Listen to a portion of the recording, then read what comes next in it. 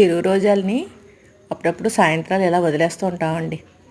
స్వేచ్ఛగా వాటికి నచ్చినట్టుగా తిరుగుతూ ఆ పురుగు పుట్ర తింటూ ఉంటాయన్నమాట. మనం నెట్లో పెట్టి ఎన్ని రకాలుగా ఫుడ్ పెట్టినా కానీ వాటికి న్యాచురల్గా ఇలాగ వెతుక్కుంటూ తిన్నది వేరే కదండి. అందుకని చెప్పేసి వదిలేస్తూ ఉంటాం అనమాట.